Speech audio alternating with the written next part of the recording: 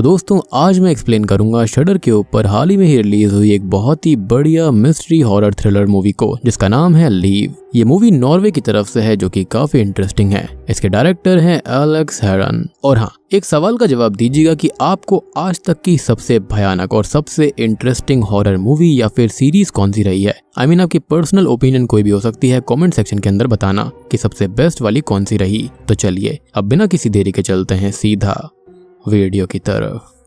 Movie की शुरुआत में हम देख पाते हैं एक बच्ची को जो कि अजीब से कपड़े पहने हुई थी, जिसके ऊपर कुछ डरावने साइंस बने हुए थे, जिसके अंदर वो लिपटी हुई कब्रिस्तान में रो रही थी। अब कुछ पुलिस वाले अबैंडन बच्ची को रोता हुआ देखकर उसे वहां से उठा लेते हैं और उनमें से एक ऑफिसर उस बच्ची को गोद भी ले लेता है। खैर कुछ समय बीत जाता है और वो बच्ची बड़ी हो गई है और आज वो अपना देश, अपना घर और अपने पापा को छोड़कर विदेश जा रही है कॉलेज की पढ़ाई करने के लिए। इस लड़की का नाम उसके फॉस्टर पेरेंट्स ने हंटर रखा था। अब हंटर के पापा यहाँ पर बहुत खुश होते हैं क्योंकि उनके घर से वो पहली एडल्ट थी जो कि कॉलेज जा रही थी। अब हंटर के फादर काफी खुशी थे और उसको खुशी खुशी विदा करते हैं, लेकिन बेटी की हरकतें थोड़ी अजीब लग रही होती हैं। वो किसी सोच में थी। अब हंटर एयरपोर्ट पहुंचकर जैसे ही फ्लाइट बोर्ड करती है, वो तभी अपनी जेब से एक लॉकेट निकालती है जो कि असल में ग्रीक क्रॉस था और कुछ सोचने के बाद में वो उसको पहन लेती है और कुछ ही देर में वो पहुंच जाती है नॉर्वे, जहाँ पर उसका कॉलेज बिल्कुल भी नहीं था, यानी कि वो कहीं और आ गई थी। हंटर असल में नॉर्वे अपने असली पेरेंट्स को ढूंढने आई थी क्योंकि उसको लगता है कि एक बैंड की सिंगर उसकी माँ है, क्योंकि जिस दिन वो पैदा हुई थी वो सिंगर भी उसी शहर में टूर के लिए आई हुई थी, तो उसको लगा कि शायद वही उसकी माँ है।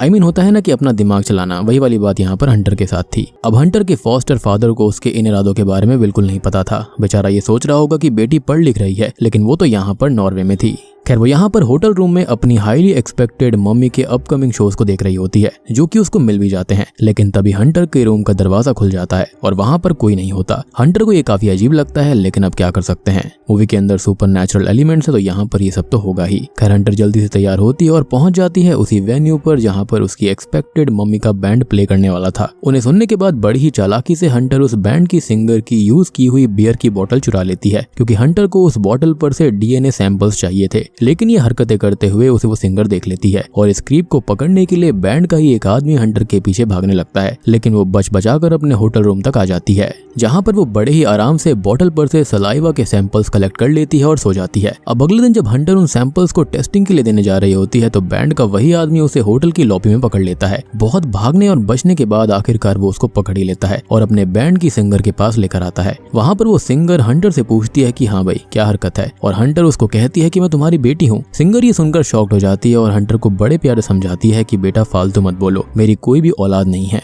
और तभी जो आदमी हंटर को वहाँ पर लेकर आया था वो देखते ही कहता है कि ये लड़की तो असल में एना और क्रिश्चियन की है। वो बोलता है कि क्रिश्चियन 25 साल पहले इनके बैंड का बास प्लेयर था। जब ये लोग टूर पर आए थे तब क्रिश्चियन ने जिद करी थी एना को भी साथ लाने के लिए, क्योंकि तब वो हंटर से प्रेग्नेंट थी और डिलीवरी किसी भी टाइम हो सकती थी। लेकिन उसी दौरान एना और क्रिश्चियन का किसी बात को लेकर झगड़ा हो जाता है और दोनों अलग हो गए। जब वो दोनों बात नहीं कर रहे होते हैं उसी दौरान एना ने हंटर को जन्म दे दिया, और जब क्रिश्चियन ने एना को फोन करके बच्चे के बारे में पूछा तो उसने कहा कि मैंने उसे मार दिया है। ये सदमा क्रिश्चियन सहन नहीं कर पाया और उसने एना को उसके ही होम टाउन के पास वाले चर्च में बंद कर दिया। लेकिन सिर्फ इतना ही नहीं था, उसने उस चर्च को आग भी लगा दी। एना उस चर्च में जिंदा जलकर मारी गई। मर्डर के चार्ज में क्रिश्चियन को 21 साल की सजा हुई। अपनी सजा काटते हुए जब क्रिश्चियन को स्किज़ोफ्रेनिया हो गया तो उसे स्पेशल केयर में शिफ्ट कर दिया गया। वहाँ पर भी जब वो बिल्कुल ठीक हो गया तो उसने रियल वर्ल्ड में वापस आने से मना कर दिया और मेंटल केयर फैसिलिटी में ही रहने लगा। अब ये पूरी कहानी जानने के बाद में हंटर अपने पिता से मेंटल फैसिलिटी में मिलने जाती है, वो भी एक जर्नलिस्ट बनकर। हंटर यहाँ पर क्रिश्चियन से एना और उसके बच्चे से जुड़े हुए सवाल करने लगती है, जिसके जवाब वो सही से नहीं दे रहा था। तभी क्रिश्चियन ने हंटर के गले में वो क्रॉस वाला लॉकेट देख लिया था और उसको अंदाजा लग गया था कि ये लड़की कौन है। क्रिश्चियन ने तभी उसकी एज पूछी और वो एकदम से एग्रेसिव हो जाता है, जिसकी वजह से वो मीटिंग वहीं पर खत्म हो जाती है। लेकिन हंटर यहाँ पर नहीं रुकती। बैंड की सिंगर ने उसको बताया था कि एना किसी से ज्यादा बात नहीं करती थी, लेकिन वो सब कुछ अपनी डायरी में लिखा करती और वो डायरी मोस्ट प्रोबेबली उसके घर वालों के पास में होगी जो कि मेन सिटी से दूर कंट्री साइड में रहते थे। अब हंटर ने यहाँ पर सोचा कि चलो इसी बहाने नाना और नानी को भी सरप्राइज दे दिया जाएगा और अपनी माँ की डायरी भी वो उनसे ले लेगी। हंटर अब जैसे ही अपनी मम्मी के घर पहुंचती है तो पता चलता है कि वो मम्मी का घर था ही नहीं, वो अगला वाला था। लेकिन उसके नाना जी को बहुत ज्यादा लोगों से मिलना पसंद नहीं था, तो अपनी आंटी के कहने पर वो उस दिन अपने अंकल और आंटी के घर पर ही रुक जाती है। हंटर को जिंदा देखकर सिर्फ उसकी आंटी खुश थी और अंकल बिल्कुल एक्सप्रेशन लेस होते हैं, और उसका रीजन हम जल्दी जान पाएंगे। अब उस घर में रात को बहुत सारी अजीब सी चीजें होती है। उसको लगता है कि जैसे उसके रूम के बाहर कोई चल रहा है, और फिर हंटर बहुत बुरा सपना देखती है जिसके अंदर सब कुछ जल रहा होता है और एक बहुत ही डरावनी सी लड़की उसके बहुत करीब आ जाती है। अब अगले दिन वो ऐसे रिएक्ट करती है जैसे कि कुछ हुआ ही ना हो और ब्रेकफास्ट करके अपने नाना जी से मिलने चली जाती है, जो कि देखते ही उसको पहचान जाते हैं कि वो एना की बेटी है, क्योंकि हंटर बिल्कुल एना के ऊपर गई थी। एना के पापा हंटर को बताते हैं कि वो उसे ढूंढना चाहते थे, लेकिन उन्हें पता नहीं था कि वो कहाँ पर होगी। अब बातें करते हुए एना के पापा हंटर को एना के रूम में ले जाते हैं और उसे वहाँ पर कुछ समय बिताने के लिए कहते हैं। हंटर यहाँ पर सभी से मिलकर काफी खुश होती है और अपनी फैमिली के साथ डिनर करना, अपने कजन स्टील के साथ नोकझोंक करना उसे बहुत अच्छा लग रहा था। और एक डिनर के ही दौरान हंटर को उसकी आंटी बताती हैं कि एना की डेथ से कुछ समय पहले ही उनकी बेटी भी गायब हो गई थी, जो कि उन्हें कभी वापस नहीं मिली। ये बोलकर आंटी इमोशनल हो जाती हैं और नाना डिस्टर्ब हो जाते हैं, जिसके बाद वो डिनर बीच में ही छोड़कर चले जाते हैं। अब एक दिन बातों ही बातों में हंटर अपने नाना से एना की डायरी के बारे में पूछती है, जिस पर नाना जी ये कहते हैं कि मेरी बेटी तो कभी डायरी लिखती ही नहीं थी और आज हम बहुत मिल लिए हैं, चलो अब मैं जा रहा हूँ और तुम अपनी आंटी के घर चली जाओ। अब हंटर यहाँ पर कंफ्यूज हो जाती है कि अपने ही घर पर रहने के बजाय वो उसे अपनी आंटी के घर पर रुकने के लिए क्यों बोल रहे थे। खैर यहाँ पर वो बिना कुछ ज्यादा सोचे ही घर जा रही होती है कि तभी उसे रास्ते में स्टील उसका कजन मिल जाता है। वो हंटर को बताता है कि उसके नाना कुछ टाइम के लिए बाहर जा रहे हैं और घर खाली होगा, वो खिड़की से घुसकर घर की तलाशी ले सकती है। हंटर इससे खुश हो जाती है और स्टील के साथ गाड़ी में बैठ जाती है। अब उस कार राइड के दौरान स्टील हंटर को बताता है कि कैसे उनकी फैमिली की सारी औरतें या तो पागल हो जाती हैं, गायब हो जाती हैं या फिर ट्रेजिकली मार दी जाती हैं, और हंटर इस खानदान की एक लौती और आखिरी लड़की है जो कि जिंदा है, और ये बहुत ही अजीब चीज थी। अब इतना कुछ बोलकर वो हंटर को नाना जी के घर के बाहर ड्रॉप करके किसी काम से वापस चल देता है। हंटर तभी खिड़की से घर के अंदर एंटर करती है और उसको एक डायरी मिलती है, लेकिन खाली घर में एक दरवाजे के पास खड़ी हुई एक डरावनी लड़की भी दिखाई देती है। वो डर जाती है और तभी उसको लगता है कि नाना घर वापस आ गए। वो जल्दी से बच निकलने की कोशिश करती है, लेकिन वो सीढ़ियों से नीचे गिर जाती है और नाना उसको पकड़ लेते हैं। हंटर का क्रॉस साइन, लॉकेट और डायरी वहीं पर गिर जाती है, जिसको देखकर उसके नाना बहुत गुस्सा होते हैं। वो हंटर के सामने से डायरी उठाकर उसे कभी भी इस घर में वापस ना आने के लिए बोल देते हैं। अब हंटर अपनी आंटी के घर जाती है और उनसे थोड़ी बहुत उम्मीद लगाती है। वो उनसे बोलती है कि उसके नाना जी उसको वो डायरी दे दें, लेकिन यहाँ पर उसकी आंटी काफी डरती थी नाना से। वो कहती है कि अगर तुम्हारे नाना जी ने इस चीज के लिए मना कर दिया है तो वो उसको डायरी कभी नहीं देंगे। हंटर को इस बात पर गुस्सा आ जाता है और वो कहती है कि ठीक है फिर, और वो तो खाली उस डायरी के लिए यहाँ पर आई थी और वो यहाँ से जा रही है।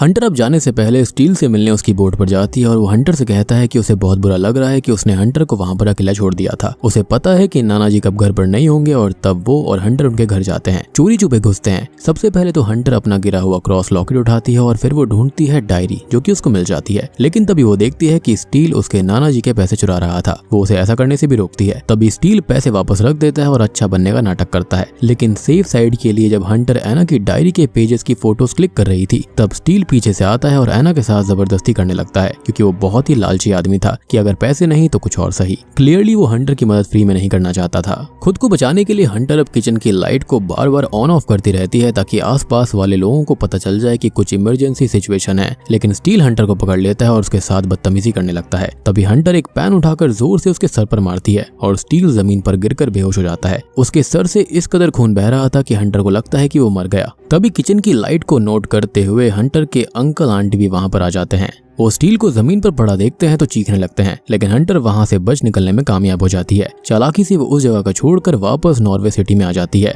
अब जब वो आराम से बैठकर अपनी माँ की डायरी खोलती है तो देखती है कि पूरी डायरी असल में रीजनल लैंग्वेज में लिखी हुई थी और उसे कुछ भी समझ में नहीं आता। ये देखकर हंटर का दिल टूट जाता है। अब अगले दिन बैंड की सिंगर से मिलकर वो उसको सब कुछ बताती है कि उसके नाना के घर पर क्या हुआ। तभी सिंगर अपने कुछ कॉन्टैक्ट से पता करवाती है कि आखिर लड़का जिंदा भी है या फिर गुजर गया। तभी ये पता चलता है कि स्टील असल में जिंदा है, लेकिन हंटर ने उसके स्कल में कुछ मेजर इंजरीज कर दी थी, जो कि वो डिजर्व भी करता था। और मुझे तो ऐसा भी लगता है कि स्टील ने वो वाली वीडियो ज्यादा देख ली होंगी, जिसके चलते उसे अपनी कजन के ऊपर ज्यादा ही प्यार आ रहा था। खैर अब ये बला टलते ही हंटर को चैन मिलता है और वो झट से चुराई हुई डायरी को सिंगर के सामने रखती है और उसे ट्रांसलेट करने के लिए बोलती है। डायरी के कुछ पेजेस पढ़कर सिंगर हंटर को बोलती है कि ये डायरी उसकी माँ की नहीं है बल्कि किसी और की है। मतलब कि इतना सब कुछ हंटर ने किया, वो भी गलत डायरी पाने के लिए। हंटर का दिल अब पूरी तरह टूट गया था। वो सोचती है कि सब कुछ बाहर में जाए और वो कॉलेज जाएगी।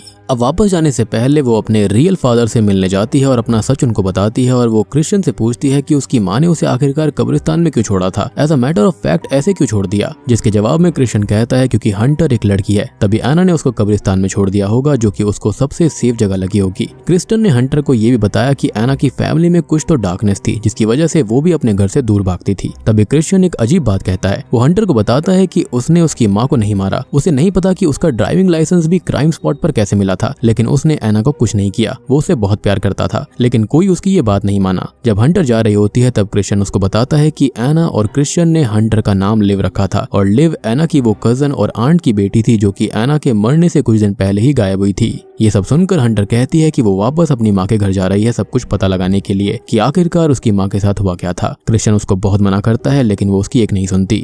हंटर तभी अपने नाना के घर के लिए निकल जाती है और जब वहाँ पहुँचती है तो घर के अंदर कोई नहीं था। अब पहले की ही तरह वो इस बार भी चोरी छिपे घर के अंदर घुसती है। इधर उधर घूमने के बाद में हंटर को एक कमरे के अंदर एक फोटो दिखाई देती है, जिसे टच करते ही एक दरवाजा खुल जाता है जिसके अंदर रखी हुई एक चाबी थी। वो की उठाने के बाद उसे एक की होल भी दिखाई देता है। जब वो की से उस खुफिया दरवाजे को खोलती है तो उसके पैरों तले जमीन खिसक जाती है। कमरे के अंदर एना बंधी हुई थी, जी हाँ, यानी कि उसकी मदर। हंटर अपनी माँ को बताती है कि वो उसकी बेटी है। पहले तो एना उसे देखकर काफी खुश थी, लेकिन फिर एकदम से उसे वहाँ से भाग जाने के लिए कहती है, लेकिन अब काफी देर हो गई थी। हंटर के अंकल उस खुफिया कमरे में आते हैं और एना दरवाजे के पीछे छिप जाती है। वो आदमी एना से पूछता है कि हंटर कहाँ पर है और हंटर पीछे से उस पर अटैक कर देती है और गला दबाकर उसे बेहोश कर देती है। वो अपनी माँ की बेड़ियों को खोल ही रही होती है कि तभी उसके नाना जी पीछे से आकर हंटर के सर पर किसी भारी चीज से वार कर देते हैं और वो वहीं पर बेहोश हो जाती है। बेहोशी की हालत में हंटर एक अलग ही दुनिया में चली जाती है, जहाँ पर उसे उसकी माँ की कजन लिव दिखाई देती है और वो सारा सच उसको बताती है, या फिर ये कहे कि दिखाती है। जहाँ पर इतने सालों से एना कैद है, वहीं पर हंटर का अंकल और नाना ने लिव को भी कैद करके रखा हुआ था। यानी कि वो गायब नहीं हुई थी, बल्कि उसके अपनों ने ही उसको कैद करके रखा था। वो दोनों औरतों को लस्ट का एक ऑब्जेक्ट समझा करते थे, तो वो उनके प्राइवेट पार्ट की बलि सेटन को चढ़ाया करते थे। जैसे ही वो लोग एना को पकड़ कर लाए, उन्हें लगा कि सेटन ने लिव को काफी इस्तेमाल कर लिया है और अब इसको ठिकाने लगा देना चाहिए। यानी कि दोनों के दोनों ही सनकी थे। तो उसका एक दांत निकाल कर वो लिव को घर के पास वाले लोकल चर्च में ले जाकर छोड़ देते हैं और उस चर्च में आग लगा देते हैं। उस चर्च के बाहर उन्होंने क्रिश्चियन का ड्राइविंग लाइसेंस रख दिया था ताकि पुलिस को ये लगे कि ये सब उसका काम है। और अब आपको समझ में आया होगा कि यहाँ पर क्रिश्चियन बिल्कुल बेकसूर था और उसने इतनी सजा फालतू में भुगती। और पूरी दुनिया के लिए तो लिव तो वैसे ही गायब हो गई थी, तो लिव को जलाकर उन्होंने दुनिया वालों के लिए एना को मरा हुआ घोषित कर दिया।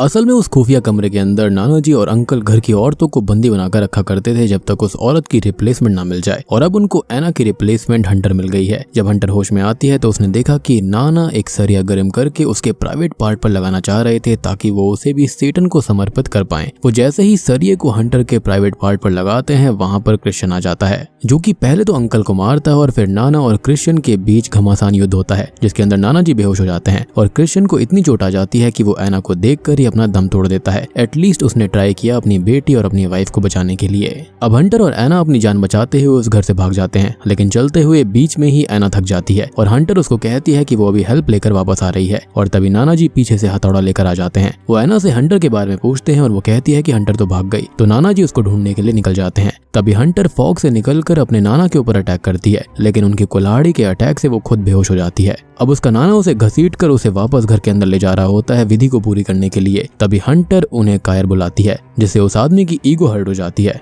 वो हंटर को यहाँ पर बहुत बुरा भला कहते हैं कि तभी हंटर कुल्हाड़ी से वार करके उन्हें जान से मार डालती है। जैसे ही नाना अपनी आखिरी सांस लेते हैं, हंटर को लिव की आत्मा दिखती है, जो कि आज तक उस लॉकेट के जरिए हंटर के साथ थी। और बीच बीच में हम यहाँ पर देख रहे थे ना किसी को, तो यहाँ पर वो कोई और नहीं बल्कि लिव ही थी। लेकिन अब यहाँ पर लिव की आत्मा को शांति मिल जाती है। अब आखिरी सीन में हंटर अपनी माँ एना और उसके फॉस्टर फादर के साथ में आ जाती है और बूम, इसी के साथ में ये फिल्म यहीं पर खत्म हो जाती है। तो दोस्तों, ये थी लीव मूवी की कहानी। उम्मीद करता हूँ कि आपको समझ में आया होगा कि यहाँ पर लीव मतलब क्या है। यहाँ पर एना अपनी बेटी को बंदी रखने से अच्छा इसलिए उसको लीव करने के लिए कह रही थी, यानी कि यहाँ से बाहर चली जाओ। बाकी यहाँ पर सारी चीजें आपको समझ में अच्छे से आ गई होंगी। अब बात यहाँ पर यह आती है कि क्या आंटी को यहाँ पर पता था कि यहाँ पर ऐसा किया जाता है? तो हो सकता है कि हाँ, और ना भी हो सकता है। हाँ, इसलिए लगता है क्योंकि यहाँ पर वो नाना और अपने पति से काफी डरती थी, तो शायद से उसको सब कुछ पता था, या फिर ये कहें कि उसके हस्बैंड ने और नाना ने कभी कुछ बताया ही नहीं। और ये दोनों एक नंबर के दरिंदे थे, सेटन के नाम पर खुद यहाँ पर गलत फायदा अपने ही घर की लड़कियों का उठा रहे थे।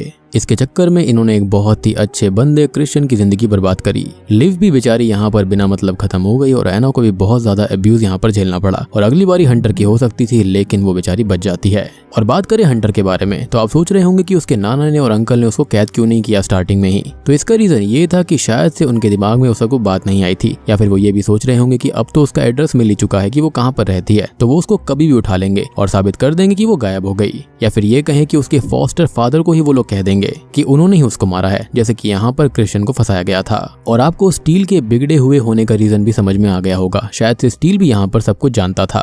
तो उम्मीद करता हूँ कि आपको ये वीडियो पसंद आई होगी।